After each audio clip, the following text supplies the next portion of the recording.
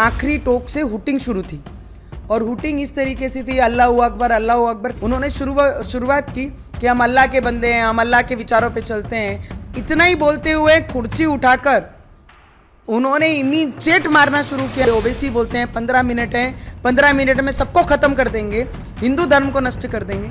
वो पीरियड चले गया है कि पहले एक गाल पे अगर कोई मारता था तो लोग दूसरा गाल भी आगे कर देते थे। महाराष्ट्र के अमरावती जिले में एक चुनावी रैली के दौरान हंगामे और हिंसा का मामला सामने आया है।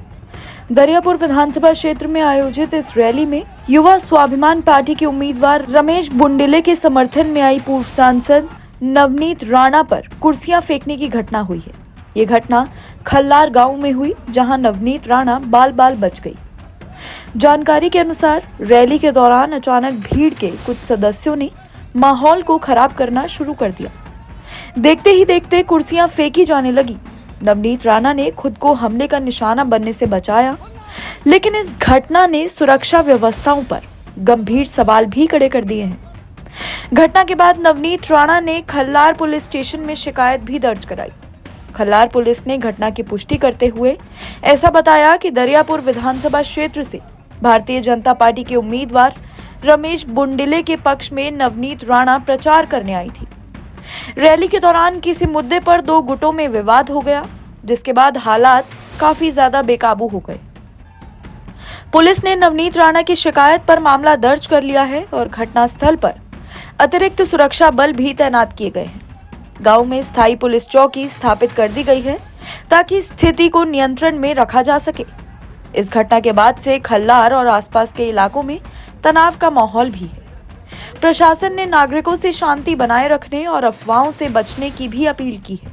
पुलिस ने आश्वासन दिया है कि मामले की गहराई से जांच भी की जाएगी और दोषियों के खिलाफ सख्त से सख्त कार्रवाई भी की जाएगी। इस घटना पर प्रतिक्रिया देते हुए नवनीत राणा ने ऐसा कहा है कि ये हमला न केवल मेरे बल्कि लोकतंत्र पर भी एक हमला है। चुनाव प्रचार के दौरान ऐसी घटनाएं बेहद दुर्भाग्यपूर्ण हैं। प्रशासन को सुनिश्चित करना चाहिए कि ऐसी घटनाओं को पुनरावृत्ति न हो। दरियापुर क्षेत्र में ये घटना चुनावी माहौल में बढ़ते तनाव को भी दर्शाती है, जहां एक तरफ सभी पार्टियां अपनी रणनीतियों को धार दे रही हैं, वहीं दूसरी ओर इस तरह की हिंसा लोकतांत्रिक प्रक्रिया को बाधित करती है। अमरावती में नवनीत राणा का राजनीतिक प्रभाव व्यापक है। निर्दलीय सांसद के रूप में उनकी पहचान हमेशा एक मजबूत और स्वतंत्र नेता की रही है। इस घटना के बाद उनके समर्थकों में रोष है और इसे विपक्षी गुटों की साजिश भी बताया जा रहा है। इस घटना ने न केवल स्थानीय प्रशासन बल्कि राज्य सरकार को भी सतर्क कर दिया है। आने वाले दिनों में इस क्षेत्र में सुरक्षा और अधिक सख्त की जा सकती है ताकि चुनावी प्रक्रिया सुचारू रूप में संपन्न हो सके। कल मैं खल्लार गांव में जब सभा लेने के लिए गई, हमारे उम्मीदवारों का as a Bharatiya Janata party Mahayuti की सरकार में जब मैं प्रचार करने गई हमारे खल्लार गांव में, तो मैं कुछ समय लेट आई थी वो सभा में। और जब मैं भाषण दे रही थी तो आगे एकदम आखिरी टोक से हुटिंग शुरू थी और हुटिंग इस तरीके से थी, अल्लाह अकबर, कारण कि काफ़ी डिस्टेंस था। तो पर ये समझ में आ रहा था मुझे कि मेरे नाम से और मेरे ऊपर ये हुटिंग कर रहे हैं। तो मैंने वहाँ से उनको हाथ दिखाकर इशारा किया कि भाई शांत रहो। भाषण चालू था और एक हाथ से मैं ऐसे कर रही थी, पर वो लोग कोई सुनने के लिए तैयार नहीं थे।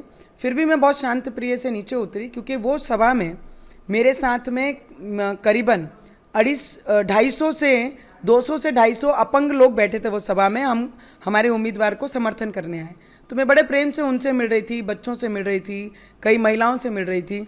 और ये मिलते मिलते महिलाएं जब एक तरफ हुई तो वो पास में आकर उन्होंने शुरुआत की कि हम अल्लाह के बंदे हैं, हम अल्लाह के विचारों पे चलते हैं, तुम्हें मार देंगे, तुम्हें काट देंगे, तुम्हें देख लेंगे। इस तरीके से जब वो बोलना शुरू किए तो मैंने बड़े प्रेम से समझाया कि हम लोगों को ये सब कुछ नहीं करना है, शांत रहो, सब अपने ही लोग हैं, क्यों अननेसेसरी क्रिएशन कर रहे हैं।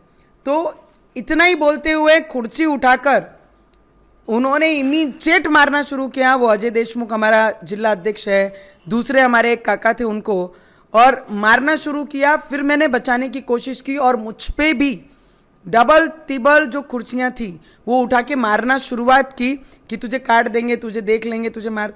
फिर भी मैंने बहुत कोशिश की, पर जब सिर के ऊपर से पानी गया तब फिर मैंने वहाँ पर अपने लोगों को बचाने की शुरुआत की। नहीं तो कल ऐसा चित्र निर्माण हो गया था कि 2-4 लोगों का जान ये लोग ले लेते।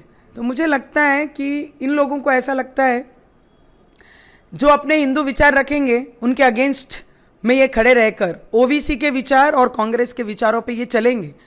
और हमारे लोगों को आज ये समझना बहुत ज़रूरी है कि कांग्रेस पिछले 75 वर्षों से सिर्फ यही काम कर रही है, लोगों को बांटने का, पोलराइजेशन करने का। संविधान की बात राहुल गांधी जी करते हैं और संविधान को सबसे ज़्यादा जिसका मिसयूज करने वाले और उसका अपमान करने वाला अगर कोई पूरे देश में है तो वो राहुल गांधी जी और कांग्रेस पक्ष है। क्योंकि हमारे संविधान में ये लिखाया गया है सभी को लेके चलना, पर उनका जो काम है वो सभी को बांटने का काम पिछले 75 सालों से कर रहे हैं। तो मुझे लगता है हमारी जो विचारधारा है वो समय चले गया है कि हिंदू समाज में पहले जिस शांति प्रिय से, आज भी हम बहुत शांत हैं क्योंकि हमारे राम जी ने यही सिखाया मर्यादा में रहना, और हम वही मर्यादा में रहकर आज भी ये क्षेत्र में काम कर रहे हैं।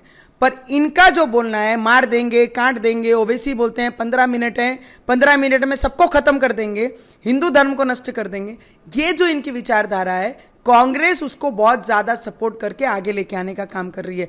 पर आज हमारे हिंदू धर्म, हमारे हिंदू लोग, वो पीरियड चले गया है कि पहले एक गाल पे अगर कोई मारता था तो लोग दूसरा गाल भी आगे कर देते थे। आज अगर एक मारेगा तो 2 जरूर मिलेगा।